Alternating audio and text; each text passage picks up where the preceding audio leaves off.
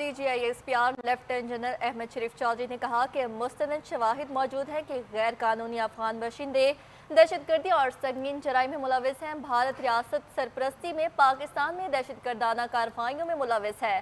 پاکستان میں کسی بھی جیش یا مسلح جتھوں کے لیے کوئی جگہ نہیں ہے۔ پاکستان نے دہشت گردی کے خلاف جنگ میں فرنٹ لائن سٹیٹ کا کردار ادا کیا۔ امریکی انخلا کے بعد افغانستان میں چھوڑے گئے امریکی ہتھیار دہشت گردی میں استعمال ہو رہے ہیں۔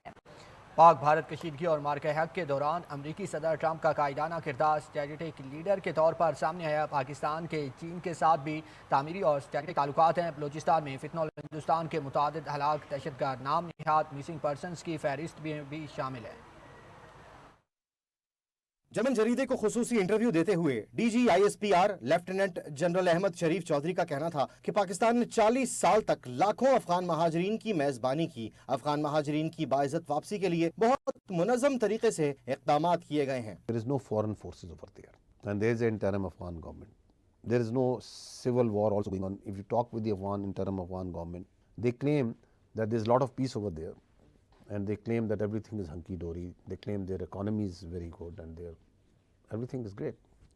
So then this reason of these Afghans staying in Pakistan doesn't exist anymore. D G I S P r نے کہا کہ بھارت میں پرتشدد واقعات بھارتی حکومت کی بڑھتی انتہا پسند پالیسیوں کا نتیجہ ہیں۔ بھارت اپنے اندرونی مسائل کو بیرونی جبکہ بیرونی مسائل کو اندرونی مسئلہ بنا کر پیش کرتا ہے۔ بھارتی ریاستی ادارے بشمول آرمی شدت پسند سیاسی نظریات کے زیر اثر ہیں۔ We have no doubt in our minds in Pakistan that each and every incident of terrorism that happens in Pakistan, behind that is Indian support and its abetment.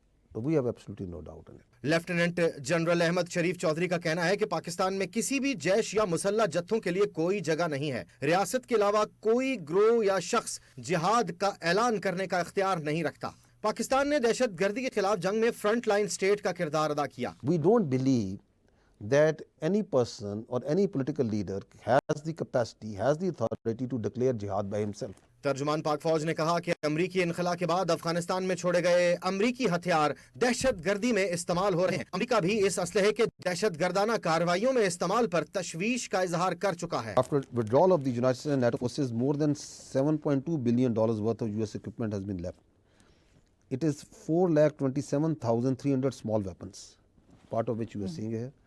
17,400 NVDs, again they are using that, and because of that the night capability of these terrorists has increased a lot, which is a real problem. There are more than 22,000 vehicles.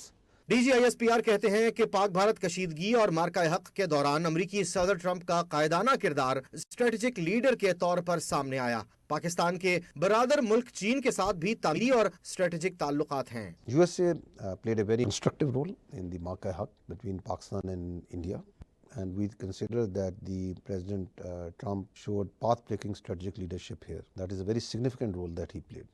Secondly is that Pakistan and USA have a long-standing relationship. D G I S P R lieutenant general Ahmed Sharif Chaudhry کا مزید کہنا تھا کہ امریکہ نے کلعدم مجید brigade کو عالمی دہشت گرد تنظیم قرار دیا۔ بلوچستان میں فتنہ ہندوستان کے متعدد ہلاک دہشت گرد نام نہاد مسنگ پرسنز کی فہرست میں شامل